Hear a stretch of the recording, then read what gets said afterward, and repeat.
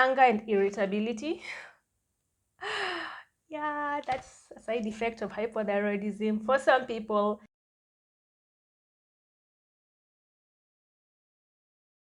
Hello there, my name is Daisy, aka D, and welcome back to D's Health Diaries. Today, I'm talking about the fact that I finally finished the liver healing protocol, which is part of the fundamental protocols that Dr. Isabella Wentz advises people with hypothyroidism or Hashimoto's to use, because the more that you work on your liver, the better your levothyroxine works. So the whole protocol is all about helping your body absorb levothyroxine better so that you can feel better. I talked about it a little bit more in my previous video, and I'm going to link those previous videos here. It's one video about my 2 weeks on levothyroxine.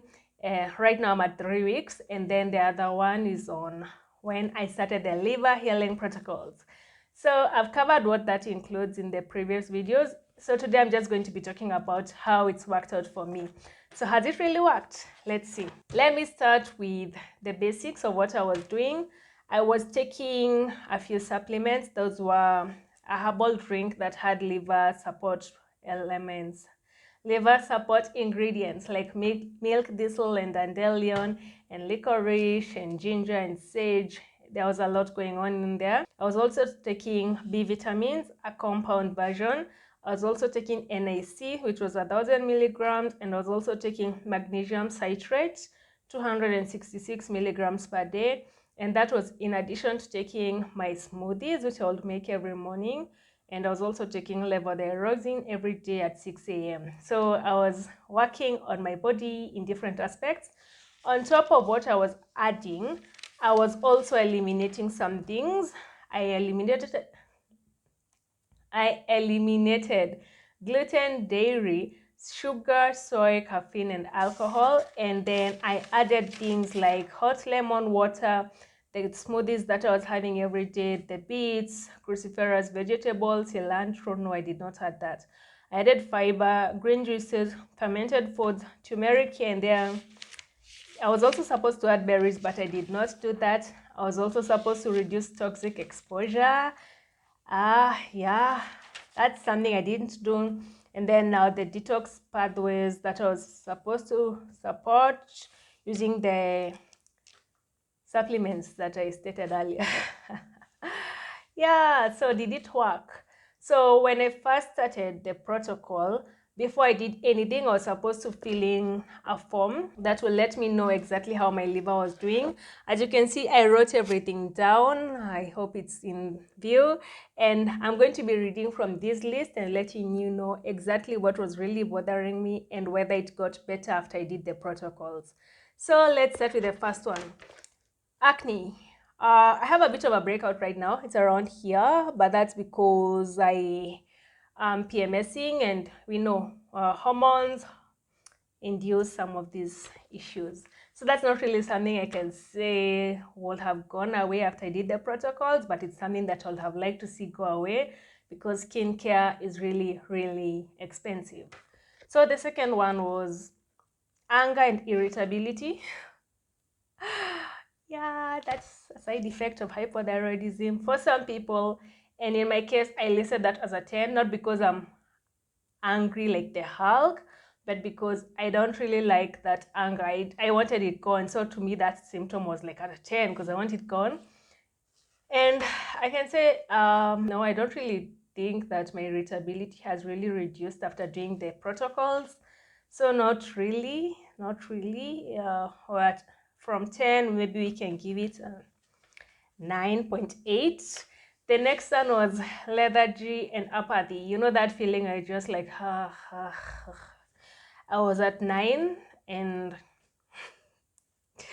I want to say it's reduced, but I'll be lying. Oh gosh, it's like at an 8 because I still don't feel like myself. I'm someone, but I'm still not myself. I still have a way to go. So I will say I'm at an 8. It's not bad, but it's not 0. And then the next one was bloating. I was at a 6. I will say that I'm maybe at a 5. But you also have to realize that for some people, eating too many raw vegetables can cause more bloating. I don't know if that's why I'm bloated. Right now, maybe I'm bloated because of my PMS. In other cases, maybe it's because of the raw vegetables or the fact that I also have underlying gastroesophageal reflux. So that's also something to consider. I'm not sure. The brain fog was at a 9 when we started because, yeah, that's something that comes with hypothyroidism for some people. And I will say that it's still at a 9. I wish it would have reduced, but it's still at a 9. And then now this is a good effect. Constipation was at an 8. And I can say that right now I'm at a 3 or a 4, depending on the day. And I think it's a combination of all the fermented foods, all the raw vegetables, all the water. I also eliminated caffeine and sugar and gluten and dairy. So that could all be contributing to things moving along. Yes. Then the next one was sluggishness and fatigue. Sluggishness and fatigue.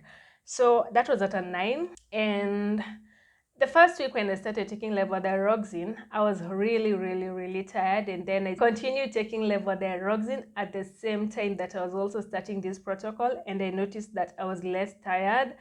But come to think of it, maybe it's because my body was adjusting to the levothyroxine in the first week, and then I mistook the change in energy to be because of the liver protocol, because right now my fatigue is where it used to be before I started taking the levothyroxine. I am tired, but I'm not as tired as I was when I first started taking the levothyroxine. It's very weird, but that's where we are. I'm still tired.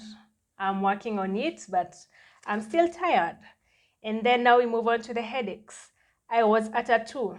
And I came to realize that my headaches were not because of the hypothyroidism. They might have been because of my caffeine dependency. Because in the past, I would have like maybe 5 cups of tea on some days. And then it got to a point where I will start my day, and then because I was taking calcium supplements, I would wait until 12 to start taking caffeine. And then I will start feeling like myself after I took the caffeine. So it's like my body had become very dependent on the caffeine, such that if I missed taking the caffeine or I did not have as much on a particular day, then I will end up with a headache. So that's what really happened.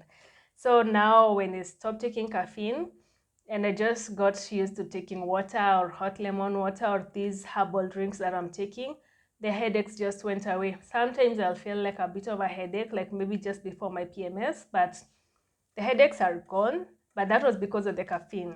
The next one was the dry skin. I don't think that's something that the liver protocol could have solved. I don't know exactly how that works. I'm thinking it will go away over time as my hormones balance, but right now I still have dry skin. I'm even working on making my own lotion just to deal with that. The next one is insomnia. It was at a 2. And I can credit this to the levothyroxine, because when I started taking levothyroxine, I became more tired, but then I also noticed that also made me sleep much faster. In the past, it will take like 2 hours even to sleep, but now it's maybe 5-10 minutes, I'm done. And that's really nice. So, but I'll still give the insomnia a 1 instead of a 0, because as much as I sleep fast, I also find myself like fighting my body not to go to bed. I don't exactly know how to describe that, but that's something that happens. Then the next one, poor concentration and poor memory, were at a 9 each. And I think that relates to the brain fog, because if your brain is foggy, it's very hard to remember things or even like concentrate. For example, the number of times that I look for my phone immediately that I've put it down, they're alarming. It's almost like I don't have short-term memory. I do have long-term memory, but the short-term memory is neither here nor there, nor anywhere. So that's something. And then the poor physical coordination was at a 3, because I kept dropping things. And for the past 2 weeks, I had not actually broken anything. So that was a really good thing. But today morning, for some reason, I knocked over a glass of water, and yes, the glass is now broken. So I'm going to give this a 1. I think it also still ties to the brain fog, because it's like there's this fog. It's like you can't think clearly, so it's very hard to even pay attention to your environment. And then I had restlessness at a 4. I'm going to give it a 3. I think this is more about anxiety. I don't know if that's related to hypothyroidism. Many people say that anxiety and hypothyroidism are highly related, and when you have one under control, when you have your hypothyroidism under control, your anxiety also reduces. I'm not really sure, but I haven't really seen a change in that. So I started the liver assessment with 18 symptoms and I was moderately toxic. I have not really gone through all the symptoms because some are not that major. For example, hives and rashes, I don't really think that's something that's very major. I just focused on the ones that hold a lot of water to me. So at the end of the liver protocols, at the end of the liver protocols, I can say that I feel hopeful. I still feel hopeful. I know that it's dealing with something that's taken years to build up, so I'm not expecting it to go away within 2 weeks, but I do expect to experience some positive changes at some point. And for that reason, as much as I'm done with the liver assessment, I'm going to move on to the second part of the fundamental protocols, which is the adrenals. I've already started writing things down. So with these adrenal assessments, I have already realized that I'm at high risk. Yes, I'm at high risk of adrenal fatigue, and that may be contributing to my hypothyroidism symptoms not getting better despite taking the levothyroxine and despite doing the liver protocols. Yes, I'm still hopeful that it will help, and I'm supposed to get an assessment next week from my doctor to tell me whether we need to go up on my dose. I'm really hoping that we do go up. I'm thinking that even the dosage might be a bit too low. I'm on 25 micrograms at this point. It's not really much. So I'm thinking that maybe if we hit 50, I will feel better. But I'm still going to be working on my adrenals to see how that goes, because I cannot really know what the endocrinologist will decide next week. On that note, I've also been looking at my weight. I know people complain about gaining or losing weight when they're taking thyroid medications, and I've noticed that my weight has been relatively stable. In fact, I've lost a bit of weight, and I'm trying not to do that because right now my priority is to build more muscle. Yes, I'm lifting more, I'm eating more protein. That's my goal right now. So I don't really want to lose any muscle, and I'm not trying to lose weight.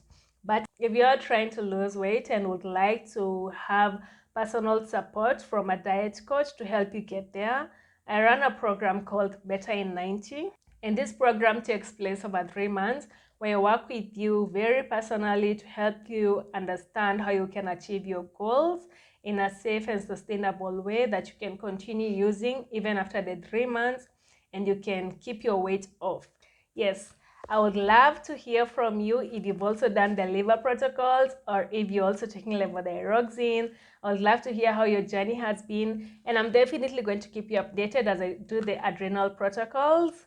Yes, and thank you so much for joining me on yet another video. I'm trying to build a community here of hypothyroidism warriors, and I would love to hear from you, and I would love to see you in my next video. That said, thank you for joining me, and do have a lovely, lovely day. Bye-bye.